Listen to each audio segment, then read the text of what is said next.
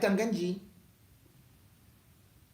est donc devenu ministre de la République et surtout ministre de l'administration territoriale. Et il intervient un peu partout. Paul Tangandji, c'est celui-là qui doit combattre tous les opposants. Mais aussi, Paul Tangandji est celui-là qui vient couronner le règne de la Fémania au Cameroun. On retiendra, bien évidemment, que Paul Tangandji ressemble, quand on regarde son parcours, il n'est pas différent du Feman qui a été abattu à Düsseldorf. Lui, en Allemagne. Ce monsieur avait beaucoup d'argent. Et d'ailleurs, on l'a vu lors du dernier spectacle dans une banlieue parisienne. C'est le Don Pérignon et comme ça comme tu voulais voir. Il a faroté Ben Beka. Pam, pam, pam, pam, pam, pam, pam. Il semble que ou c'était 30 000 euros, ou c'est comment, ou. Et lui, on l'appelait seulement ou qui Versace, ou qui quoi là. Parce que ses habits étaient. Et comme on dit toujours, 99 jours pour le voleur, un jour pour le patron. L'histoire de ce monsieur fait le tour du monde. Mais surtout, ça salit aussi tous les Camerounais. Ça vient confirmer, conforter l'idée que le Camerounais est devenu le plus malhonnête d'Afrique. Le Camerounais se détermine comme un Feman. D'ailleurs, on l'appelle Feman président. Quand ils arrivent dans les boîtes de nuit, tout Feman, c'est président. Quand ils arrivent au pays, ils ont pour garde du corps les commissaires. Ils ont pour amis les colonels. Et ils ont pour protecteur à Tangandji les magistrats. Voilà donc la République des Femans. Ils sont partis parce que ça fonctionne comme une société secrète, mais de la grande délinquance, où chacun a son rôle. Et dans son rôle, lui, il va sur le terrain. Les autres appâtent des gens à travers les réseaux sociaux. Ils voient un bon client, ils prennent le numéro et ils le mettent en contact. Là, il devait aller en Allemagne pour un coût, dit-on, de 200 000 euros. Il arrive là-bas, il va à l'hôtel. Ses clients arrivent.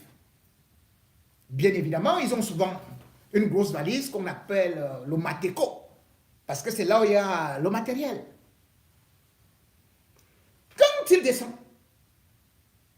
il se rend compte qu'il connaît déjà ces Mougoulas. C'est comme ça qu'on les appelle. Leurs clients. Les gens chez qui ils viennent voler de l'argent.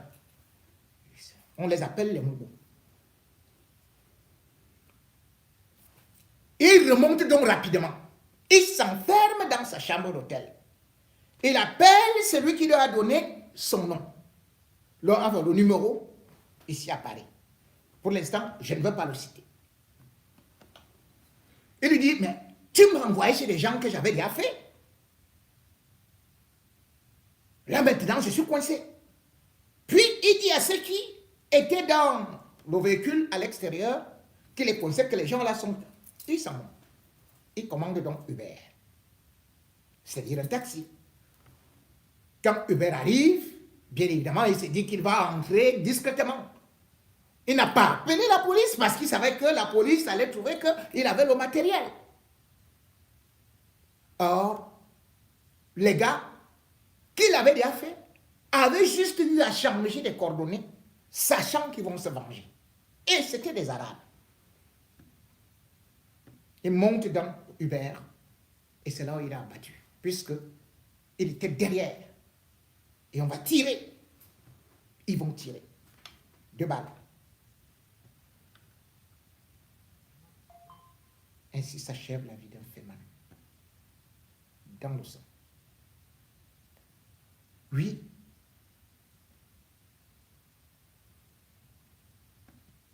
Un soldat, un héros. Les Wandis sont tombés sous des balles. Mais c'est avec honneur. Ils sont entrés dans l'histoire. Mais l'histoire d'un Féman reste une histoire très sale.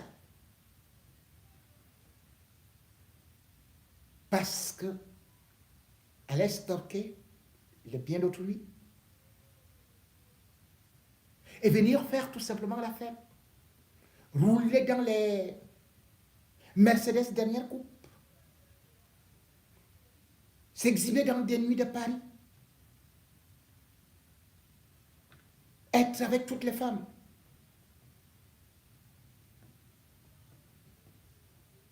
Se laver les mains avec du champagne.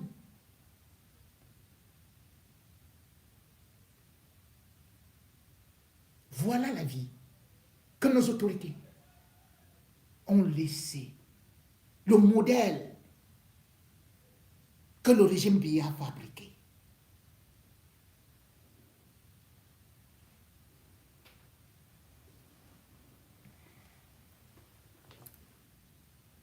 Le pire, c'est que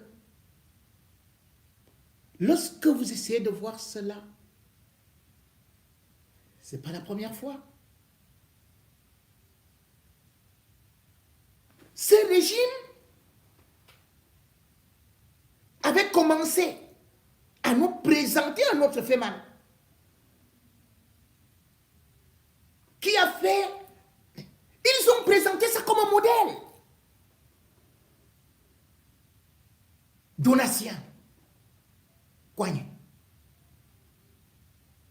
C'était dans les années 90. On avait arrêté Donatien Coigne à l'aéroport de Douala avec du mercure. C'est Fouchibé qui avait demandé qu'on le laisse. C'est les autorités camerounaises qui avaient demandé qu'on le laisse partir. Il était connu dans toute l'Afrique. Il a escroqué même les chefs d'État, parmi lesquels Blaise Compaoré, 40 millions de dollars. Mobutu Sese Seko, 15 millions de dollars. Et ça sont des sommes, 25 millions de dollars. Et on ne sait même pas combien il a pris à Nelson Mandela en se passant pour le roi du Cameroun. On l'appelait le king. Et les autorités camerounaises connaissaient ça. Les autorités camerounaises le couvraient. La preuve. Il a même été présenté comme un héros. Quand il est venu avec un Falcon 20, un jet privé, comme les hommes des hommes. C'était la fête. La CRTV était là pour filmer.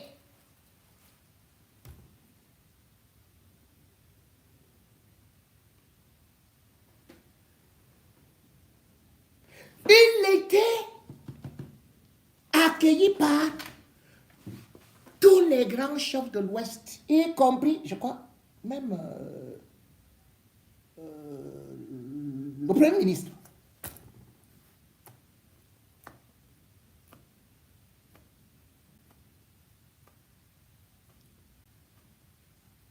Donatien était le chouchou du gouvernement. Achidi Achou était prêt à essuyer ses pieds. Un premier ministre. À la Coupe du Monde 94, là où l'autre Féman là, vous l'avez vu là, non? Konchou Komeni. Lui aussi, c'est un frappeur. Hein. Il avait offert 100 millions. Opération coup de cœur aux Lions indomptables. Aucune autorité camerounaise n'a demandé d'où est-ce que quelqu'un qui ne travaille nulle part, 33 ans, peut venir avec autant de millions. Aucun service secret. Personne ne demandait rien. Et on nous montre à la télé, au journal de la CRTV, on fait des reportages. Vous vous rendez compte? Cameroun Tribune a fait la une sur Donatien plus de 62 fois avant sa mort. C'est-à-dire qu'à partir de 94 jusqu'à 11. Vous n'allez pas voir Cameroun Tribune faire la une sur un grand homme au Cameroun. Mais sur le Feman, ils ont montré ce gars comme un exemple. Et voilà comment chaque Camerounais a commencé à rêver d'être Feman. Il était même arrivé au Yémen. Ça, nous sommes déjà dans les années 95. Avec un falcon, on l'attrape, je crois, au Bourget, ici. Parce qu'il sortait du Yémen. Et là, il était parti faire 3 millions de dollars au chef de la police là-bas. C'était un général. Il était arrivé. Je vous dis que l'argent que lui-même il avait donné pour la Coupe du Monde, hein, opération coup de cœur là, vous avez vu l'autre qui est là sur lui-même, il ne marche plus. Konchou Komeni, un frappeur, c'est lui qui a dit que l'argent est entre deux avions. C'est un gouvernement de frappeurs, c'est un gouvernement de féminin. C'est comme ça que ce Donatien, finalement, il prend de l'argent pour venir récupérer le soi-disant produit là. On l'attrape au Bourget ici. On récupère de l'argent, on confisque. Il reprend un autre avion, soi-disant qu'il est encore en train d'aller frapper. Parce qu'il disait, vous me donnez 3 millions de dollars, je vais vous multiplier ça par 3. Donc, ça faisait 9 millions de dollars. Quand il était arrivé au Yémen, qu'est-ce qui s'était passé? On l'avait attrapé. Et il avait tenté de s'enfuir. Ce sont les autorités camerounaises qui ont tenté d'organiser son évasion avec le même Fauchini. Et ils sont passés par les services secrets français en leur proposant même 1 million de dollars. C'est là où on est parti avec lui. Finalement, dans l'abattoir.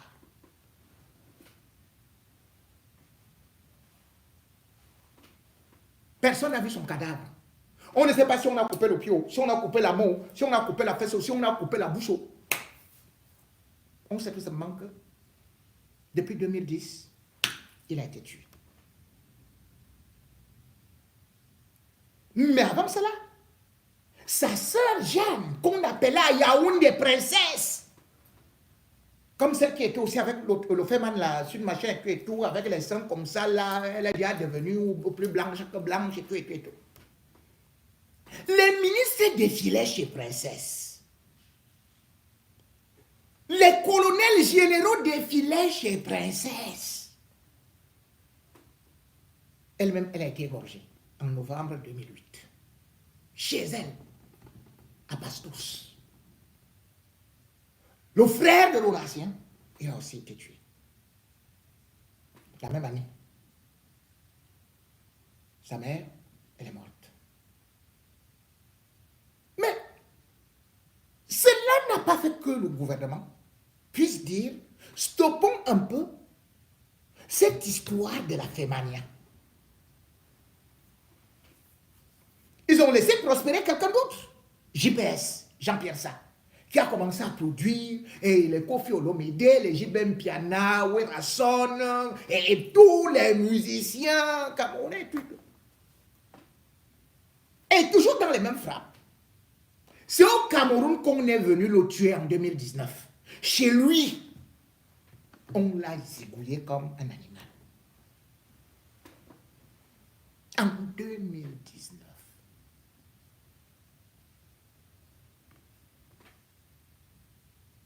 Tout récemment, c'est pas de diamant. Il a aussi reçu un numéro du chef de FEMAN au niveau de la Turquie, Taïou. Salut Taïou. Je ne parle pas encore tout aujourd'hui. Je vais vous donner la suite. Parce que lui-même là, Pape Diamant est parti ramasser l'équivalent de 17 milliards. L'équivalent de 17 milliards. La présidence de la République était au courant. Et d'ailleurs, je vous avais parlé de ça. Parce qu'il voulait venir maintenant se partager cet argent-là, alors que l'autre qui lui avait donné le numéro, je vais revenir sur ça plus tard. Parce que le plus important, le roi des Féman,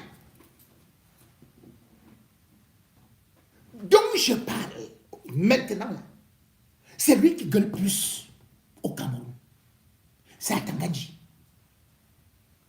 D'où sort Atanganji? Quelqu'un connaît le parcours d'Atanganji? Atanganji, c'est un Féman.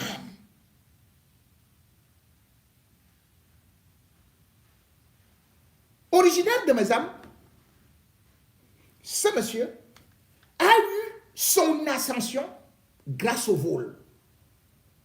Il avait créé des soi-disant établissements, comment ces établissements-là s'appelaient? EJHM. Des établissements qui n'avaient ni tête, ni queue. Il est même venu installer une soi-disant banque là, au niveau du Hilton.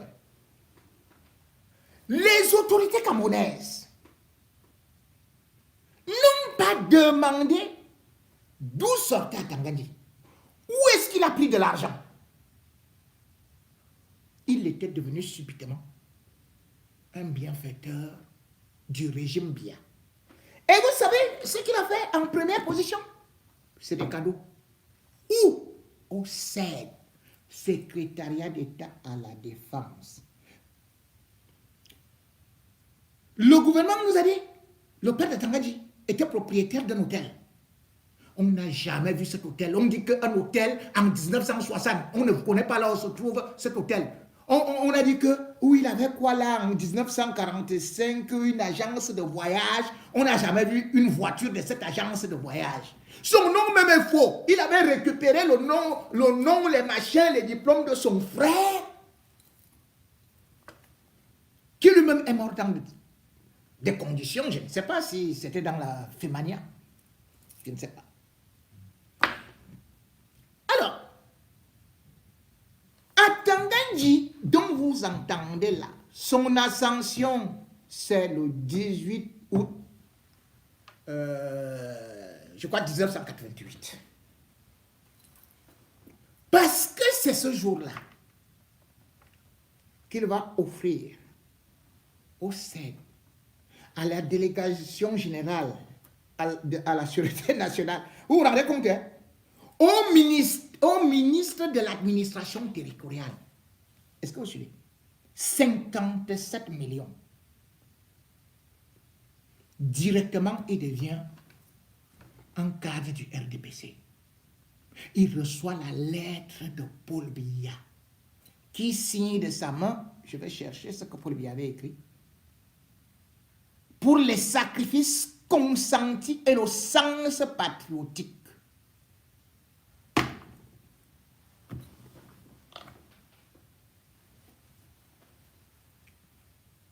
En 90, pendant que le SDF est en train de revendiquer le multipartisme, le FEMAN Atanganji, parce qu'on va introduire les villes mortes, c'est-à-dire on va dire les taxis ne roulent pas et ceci et cela. Atanganji, lui seul, va acheter 150 taxis à Douala. 150 taxis. Et il dépense en plus 170 millions pour casser les villes mortes. Personne ne lui demande que toi là, d'où sors-tu avec de l'argent? Tu as pris cet argent où? il marche avec des commissaires, il marche avec des colonels, il partage de l'argent, il fait aussi le machin, comme on dit là, oh, le farotage, oh, président, à Tango, oh, président.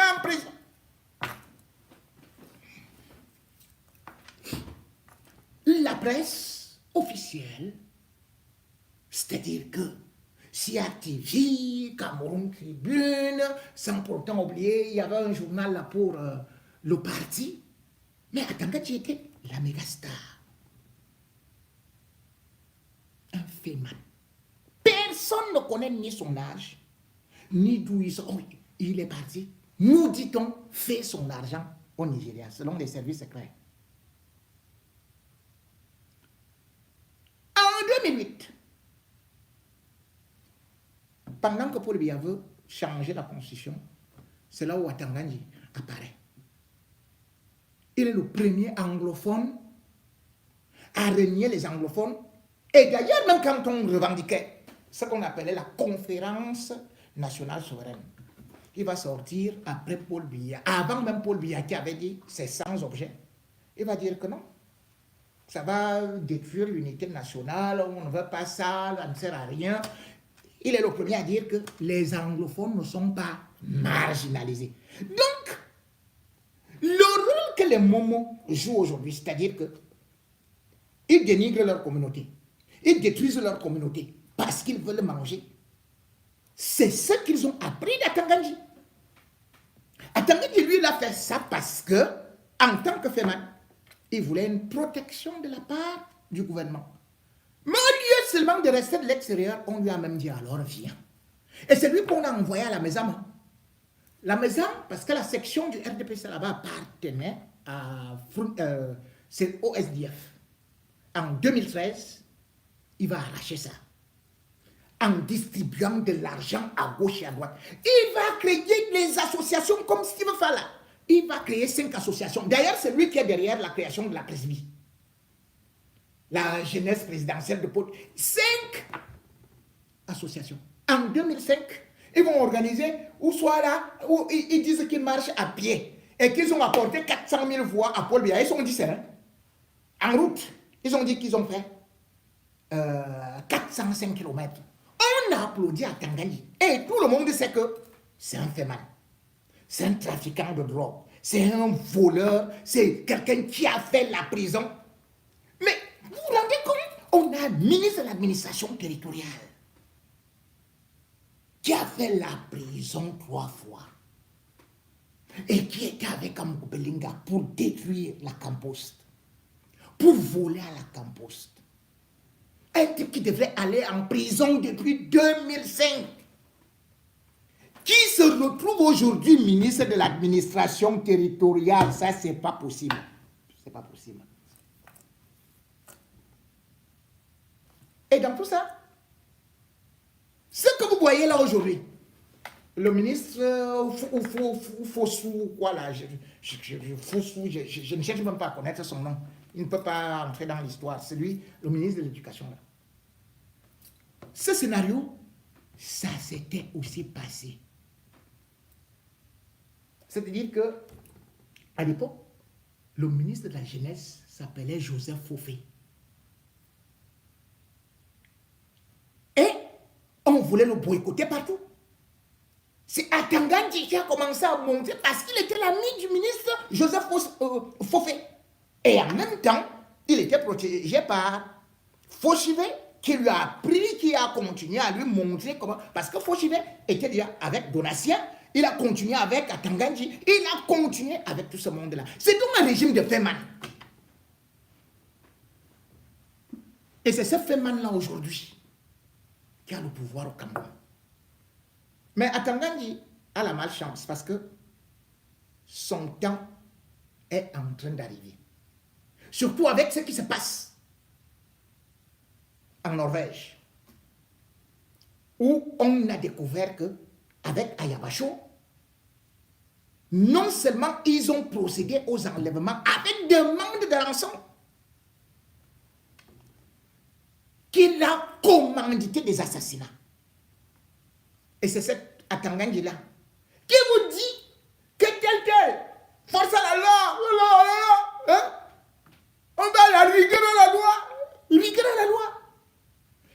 peu le parcours de Tangani.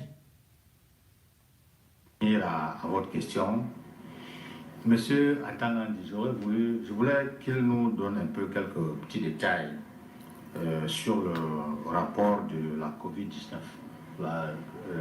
à la suite du rapport rendu par la Cour suprême. Je crois qu'il est au courant des conclusions qui en sont ressorties concernant ce rapport de COVID-19.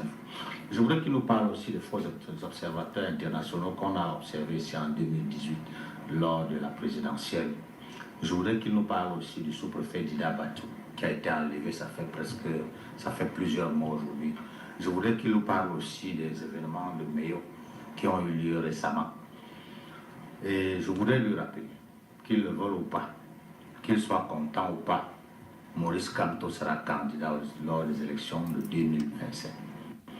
Je voudrais également lui dire que s'il aime trop la République, qu'il se substitue aussitôt une fois au Conseil constitutionnel, qu'il se substitue à Eleka, c'est-à-dire qu'en dehors de ses prérogatives de ministre de l'administration territoriale, qu'il a également récupéré tous ces postes-là, qu'il ne parle plus à travers un micro pour dire qu'il ne sera plus candidat, ou alors qu'il est mon Kamto est monté, Kamto est descendu.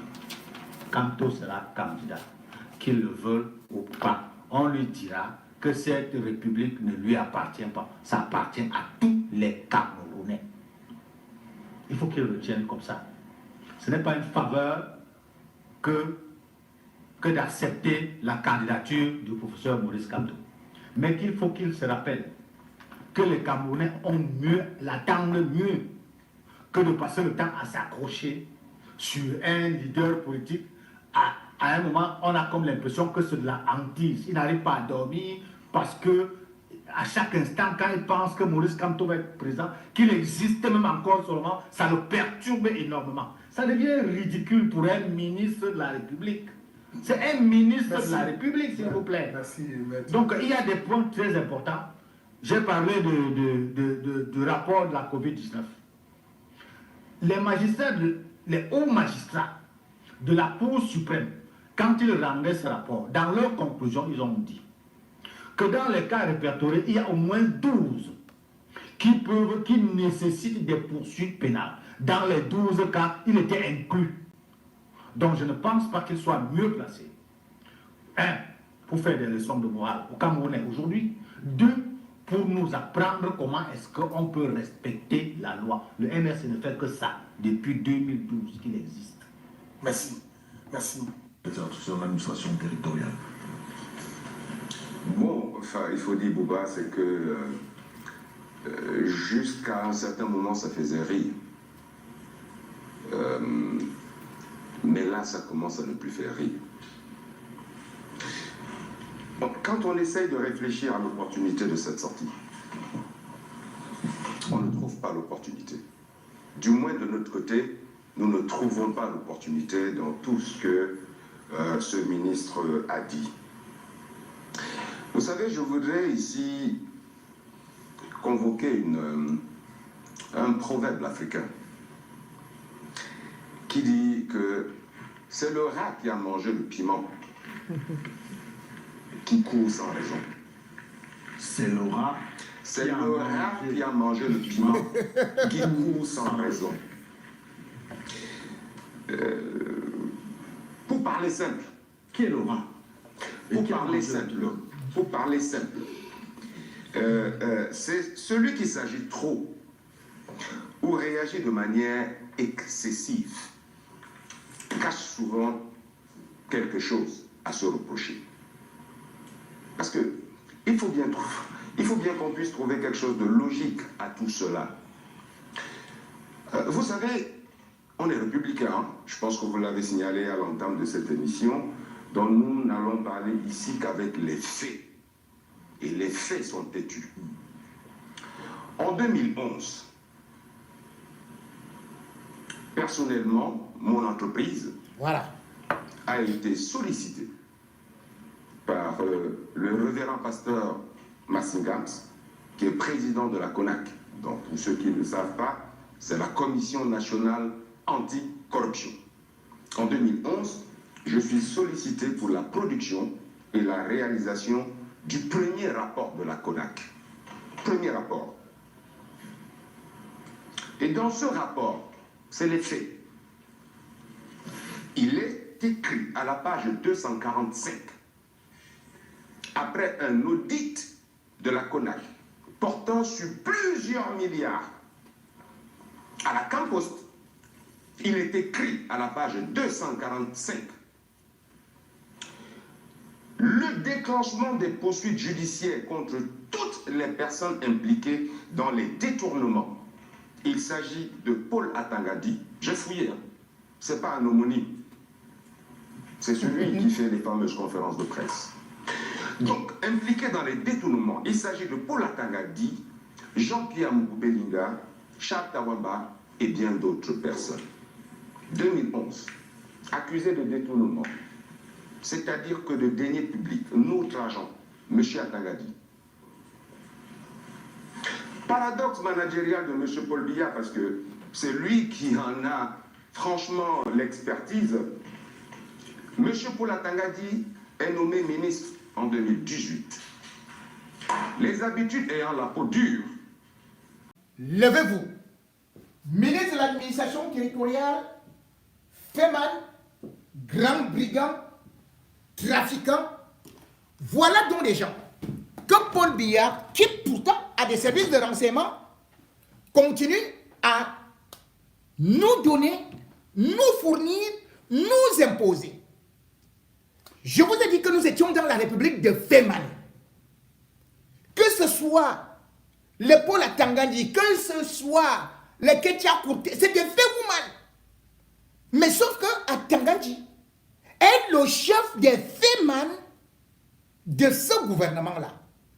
Atangadi fonctionne uniquement parce que Paul Biya aime les gens qui ont des mains sales. Atangadi ne pourrait même pas être dehors. Il mérite la prison à vie. Mais c'est lui qui fait beaucoup de bruit.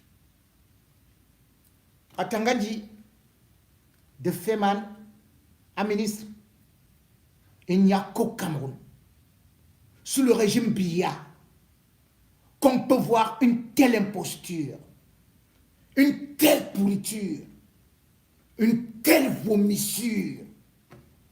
Lui, Atangadi, est le pire des ministres d'une république bananière qui ne respecte pas l'honneur parce que c'est uniquement un gouvernement de hors-la-loi où on voit d'ailleurs les Mondayolo faire exactement comme les Mbongo. Mais pour l'instant, plus tu voles, plus on t'applaudit.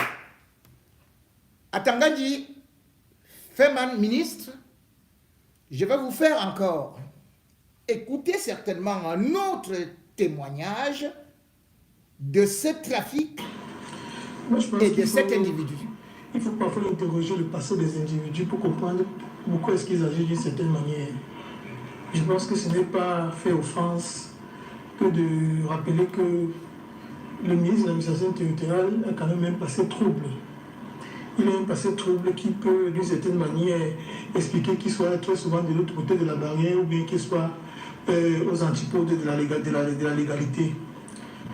Je pense que c'est le seul ministre au Cameroun qui a quand même dans son CV des délits de droit commun.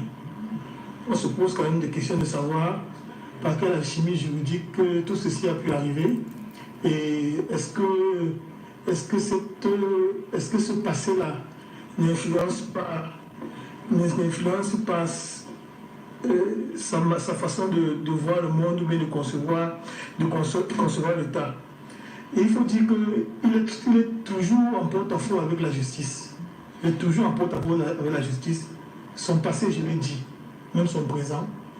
Donc, on va constater que c'est une personne qui se retrouve en train d'adouber la forfaiture. Parce que, vous voyez, il reçoit les leaders déchus du PCRN, il reçoit les leaders déchus de l'UPC. Je crois que Bapo a été exclu de l'UPC. Lorsqu'il parle de l'UPC, c'est lui qui parle. Mon confrère Djawé est président du NDR, mais lorsqu'il reçoit le NDR, il reçoit plutôt les enfants de du fait d'accueil d'Assad, comme si la succession des partis politiques était héréditaire. C'est inacceptable. Il faut dire, et ceci s'appelle en droit de la rébellion. En réalité, le ministre est dans le cas de ce qu'on appelle la rébellion, parce qu'il s'oppose à l'exécution des lois, il s'oppose également à l'exécution des décisions de justice. Donc c'est des actes de rébellion que le ministre pose de manière régulière. On a le sentiment qu'il est convaincu de ce que, en dehors du système RDPC, il ne peut pas exister. Et je pense que dans un pays normal, il ne devrait pas exister. Voyez-vous, le ministère de l'administration territoriale est un ministère sensible. Il est d'autant plus sensible que les relais locaux du MINAC sont des personnes ayant fait deux humanités. Quand on est sous-préfet, quand on est préfet, quand on est gouverneur, on a quand même une certaine hauteur intellectuelle, on a fait ses humanités, on a fait un parcours académique. Parcours que je ne sais pas si le ministre lui-même de l'administration territoriale peut revendiquer. Ce n'est pas insultant, mais je veux dire qu'il y a quand même une curiosité. Il aurait dit qu'on fait les études au Nigeria. Mais seulement, il faut savoir une chose, c'est que le MINAT est un anglophone qui ne sait pas parler anglais. Ah? Et les gens ne sont pas connus, s'expriment qu'en français. Parce qu'il faut entendre une vie de boys is in the bushes. Les anglophones s'en sont moqués et ont même fait une chanson sur la question. Donc, c'est-à-dire qu'on a un anglophone qui ne parle pas anglais. Donc, il s'exprime toujours en français. Donc, quand vous êtes donc sous-préfet,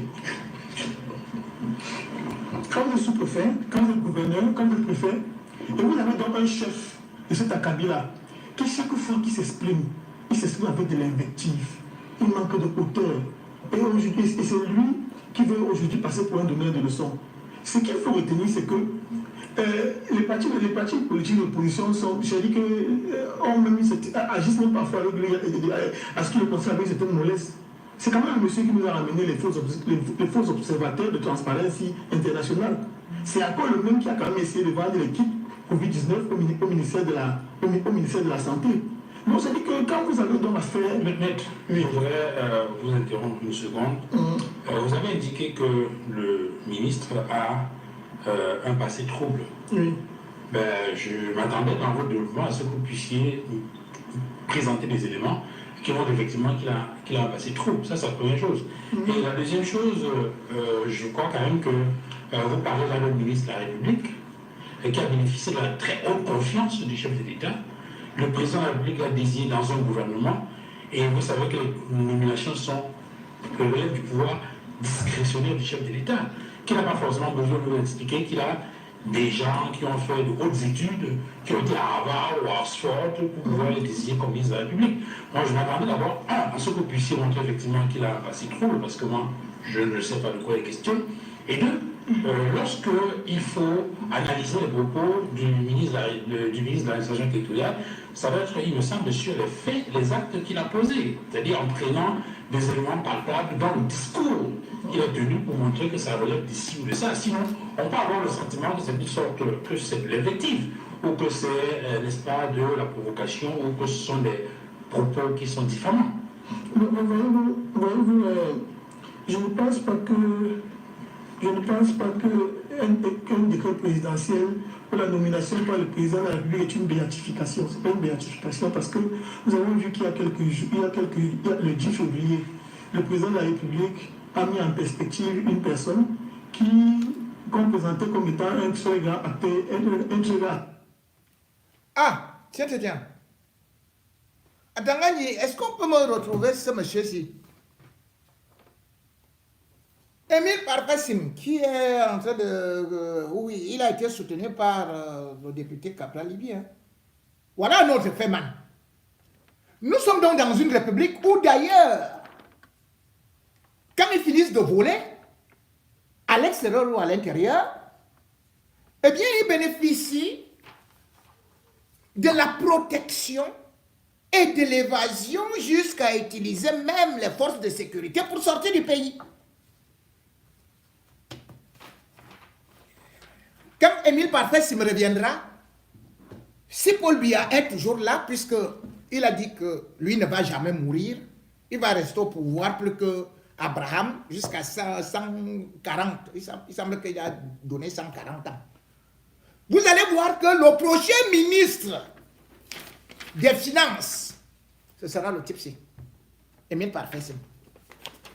La République des voyous et des féminin. La preuve, c'est que aujourd'hui, vous avez un autre féminin. Mvonda Yolo. Mvonda Yolo. Mvonda Yolo, directeur du cabinet civil. Un grand féminin qui est directeur du cabinet civil. Directeur du cabinet civil. Il vient d'être nommé. Mais on entend parler de Mvonda Yolo que dans des affaires de détournement, de terrain, d'argent, de ceci et cela. Depuis un certain temps donc, puisque son objectif, il marchait avec un autre qu'on appelait Mbongo. Il admirait tellement Mbongo qu'il partait encore draguer ses petites. Mvonda Yolo a donc été placé là, directeur de cabinet civil. Me regardez ce qu'il est devenu. Avec les informations coulantes, et parce qu'il était dans le but d'être plus riche, il est dans l'objectif d'être plus riche que Mbongo. Il a tellement volé, que bon, Biya qui fait aussi semblant parfois de dire que bon, ne volez pas plus que moi, ou bien quand vous volez, soyez au moins humble, faites semblant d'aller cacher. Qu'est-ce qu'on a donc fait? Les services secrets sont partis filmer les biens de Mvonda Yolo. Parce que j'avais déjà dit, toutes ces fortunes, les maisons à Paris, les appartements à gauche et à droite, les sociétés et tout ça. Mvonda Yolo disait que lui ne connaît pas ça. Mais sauf que Biya n'aime pas quand on le dépasse. Voler, mais faites semblant de ne pas trop vous afficher. Mvonda Yolo, dans un village qu'on appelle Messon, il a recruté un ancien colonel portugais, retraité. Et c'est là-bas où ce monsieur-là assure ses travaux. Tout un camp, des hectares et des hectares. Les drones ont donc filmé. Du haut, en descendant, et tout et tout. Les mêmes drones sont aussi partis filmer en Boumakar, chez Paul Biya. On est venu donner à Paul Biya que Monsieur le Président, voici votre maison. Voici les camps de Mvonda Yolo. Sans oublier que il construit ceci. Il a donné telle maison à telle petite, l'autre à telle autre. Il a déjà pris tous les terrains de Basso. C'est aussi lui qui a acquis, comme vous le savez, l'immeuble des camps. Là, puisque le titre foncier, ça a son nom là, avec les hommes-là des hommes-là. Sans oublier tout ce que... Parce qu'il a voulu dire, et il ment comme à Tanganyika. Oh, son père était acheteur de cacao. Mais personne dans son village ne connaît que son père était riche. Personne. Acheteur de cacao, même mon père achetait le cacao, non? Mon père achetait le cacao. Mais je dormais sur le lit en bambou, là, sans matelas. Mon père achetait le cacao. La part de cacao du père de Mvonda Yolo, c'était comment? Oh, je ne sais pas. Et pourquoi est-ce qu'il ne s'est pas enrichi avant? Paul Biya, après avoir donc reçu tous ces éléments, il a été choqué. Parce que c'est de la même façon qu'il avait vu les investissements de Mbongo. Parce que quand vous accumulez beaucoup d'argent comme ça, c'est déjà que vous voulez faire un coup d'État. Et je vous avais dit que Paul Biya devait lui donner, ils avaient déjà tout budgétisé. 100, c'est-à-dire que milliards pour l'élection présidentielle. Donc les ennemis qu'il a aussi là-bas sont partis dire que, mais président, comment tu vas faire encore ceci, il est déjà trop riche. Mais là, c'est devenu très très dangereux. Biya l'a appelé. Il a dit à Mvonda que,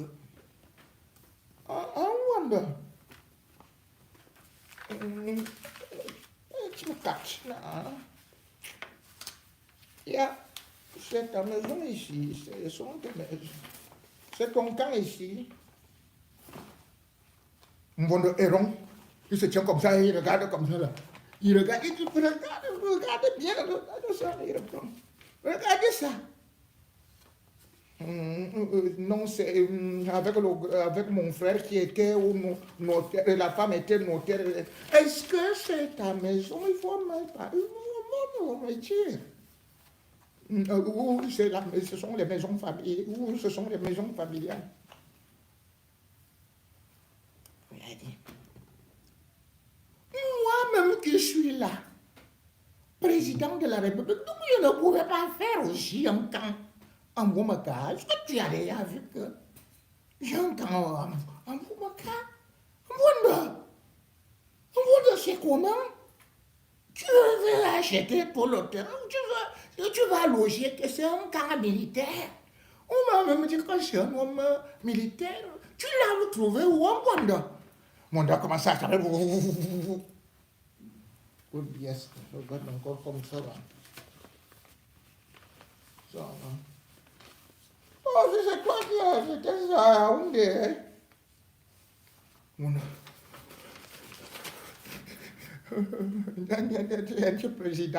Président.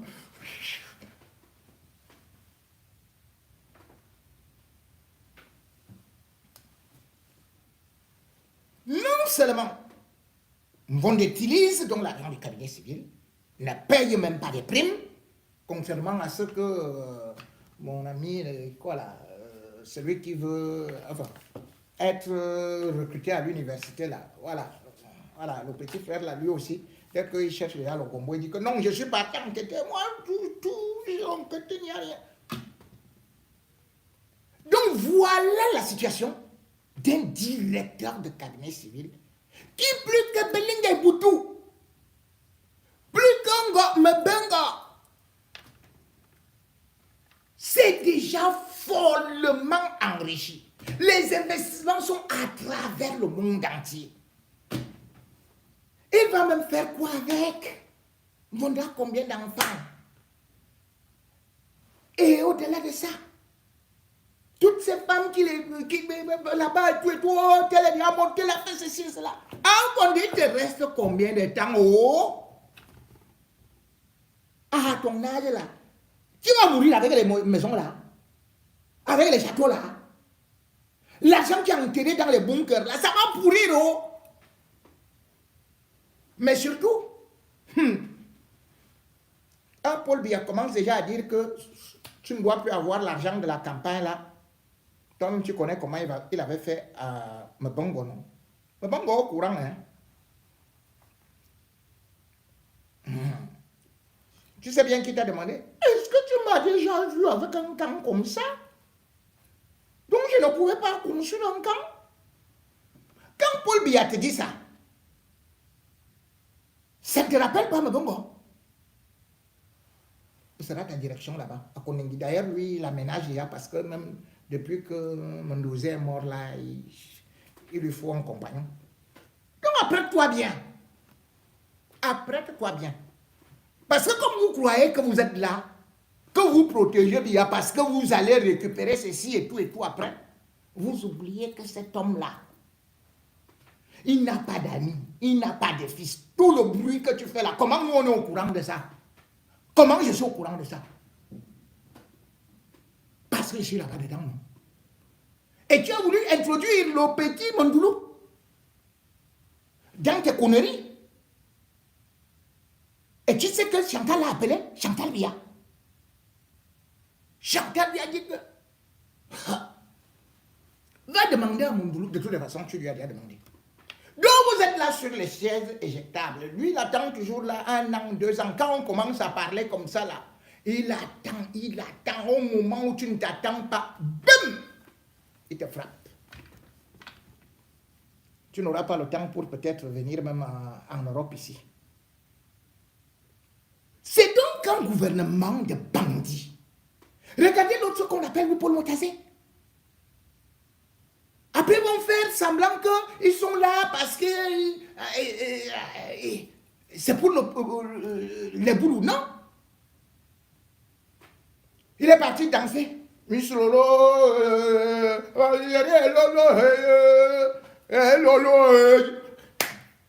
chantait au milieu des femmes. C'est bien. Mais ce qui a été dangereux, c'est que lui, Paul Motazé, qui a endetté le Cameroun,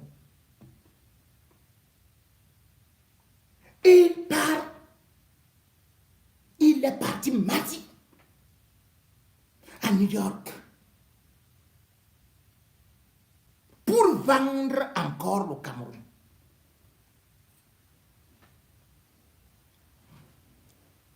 Lui, Paul Motazé, tu as passé la nuit à l'hôtel Saint-Régis Hôtel à Manhattan. Puis réunion à Barclays. Le réseau, c'était pour me rencontrer JP Morgan. Les Camerounais doivent le savoir. Lui, Paul Motazé dit que les caisses sont vides. Et que pour les élections et pour ceci et cela, il faut chercher de l'argent. Il part aux États-Unis. Il va rencontrer JP Morgan. Enfin. Et il propose les minerais. C'est-à-dire qu'aux États-Unis, vous savez que, par exemple, la RDC, qui a des problèmes actuellement avec le Rwanda. La RDC veut signer les accords avec les États-Unis pour qu'ils aient la priorité d'exploiter les minerais. Mais les minerais du Cameroun, le Cameroun est l'un des rares pays au monde à avoir plus de 500 minerais différents. Le Paul Motazé arrive et va proposer, sans même passer par le Parlement, sans annoncer aux Camerounais, le sous-sol à la plus grande banque des États-Unis. Là, on n'est même plus dans une affaire d'État. Parce que JP Morgan a réalisé en 2024, je crois, 58 milliards de bénéfices. 58 milliards, quelque chose comme ça. Et ils font des prêts. Lui, Paul Motazé, non seulement veut des prêts, mais la garantie, c'est notre sous-sol.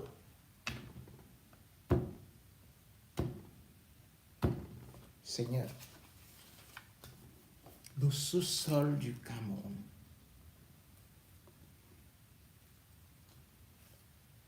Et qu'est-ce qu'il va proposer là-bas? Il est parti rapidement avec le rapport de l'ITIE. C'est-à-dire que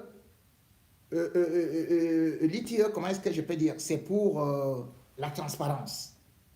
Or, le rapport de l'ITIE devait sortir en 2022. Lui, Paul Motazé, qui devait donner le rapport de l'ITIE, c'est-à-dire transparence des industries extractives, depuis 2022. Il était le président. Lorsque le ministre Dodon Doke, qui était son adjoint, a voulu lui demander qu'on fait comment, Dodon Doke est mort. Le Cameroun devrait donc être suspendu. Et comme il savait qu'il y a une réunion de l'ITIE qui devait se passer, qui a commencé le 14 mars en Tanzanie, ils ont bricolé un rapport de 3 ans de retard.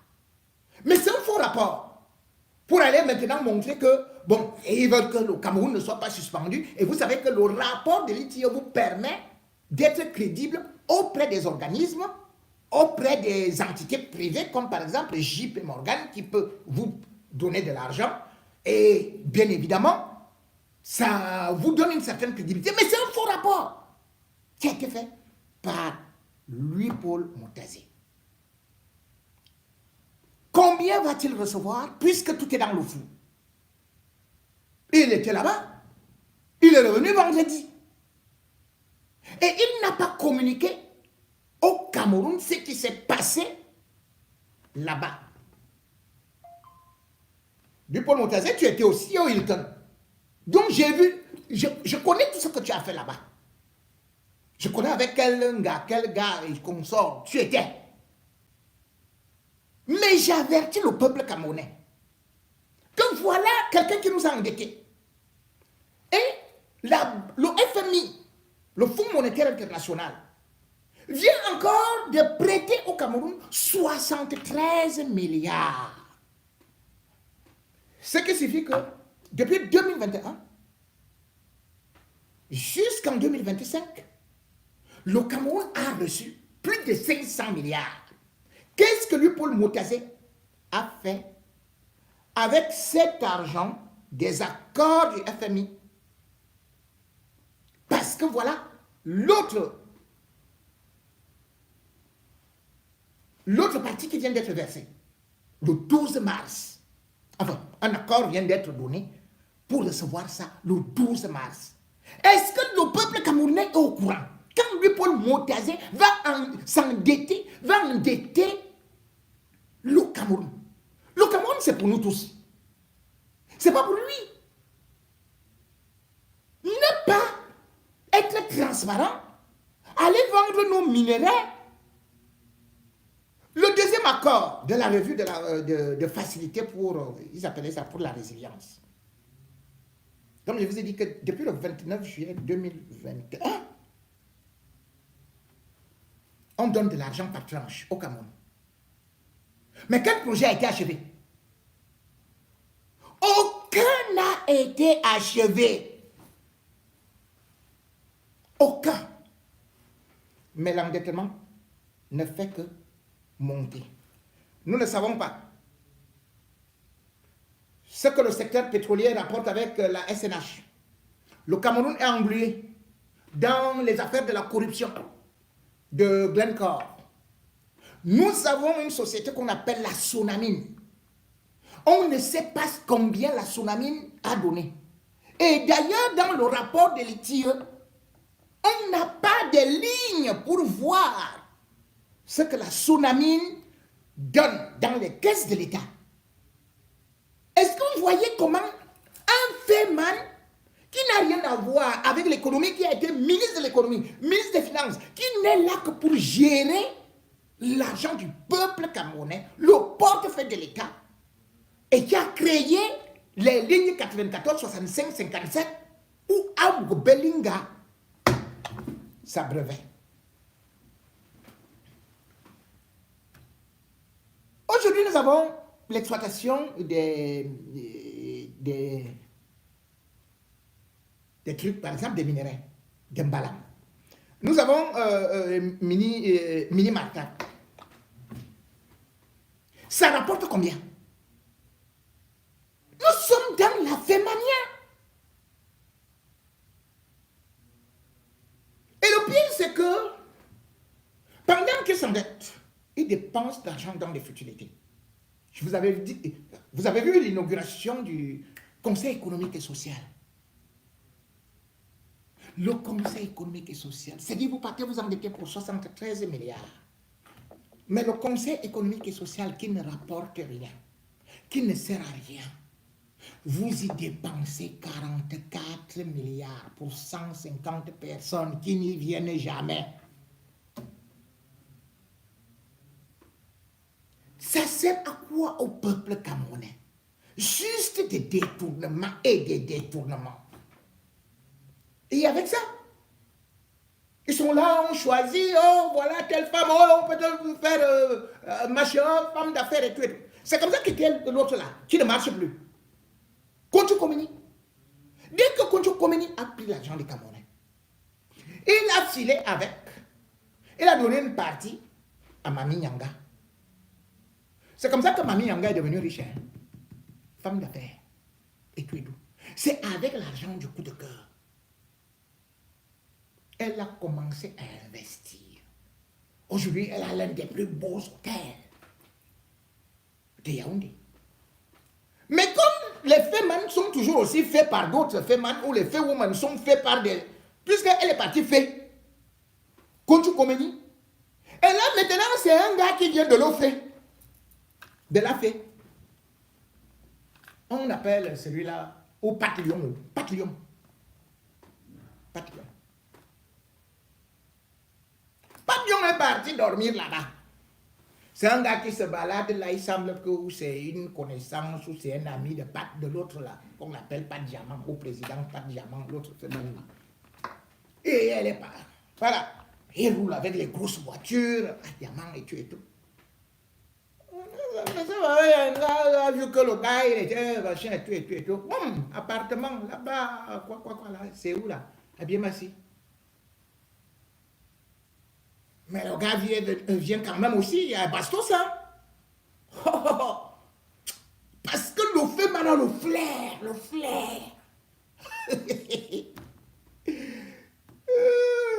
Pat le lion.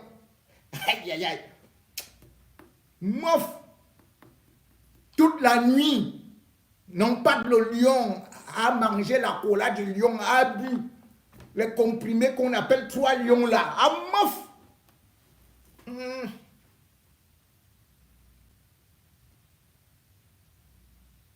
Une fois qu'on a laissé Pat le lion à la maison, Pat le lion a seulement dit que wow, c'est le don du ciel. God! Selon les informations, parce qu'on a dit qu'on ne doit pas dire, le gars a porté seulement 100 millions. 100 millions, groupe. On est parti.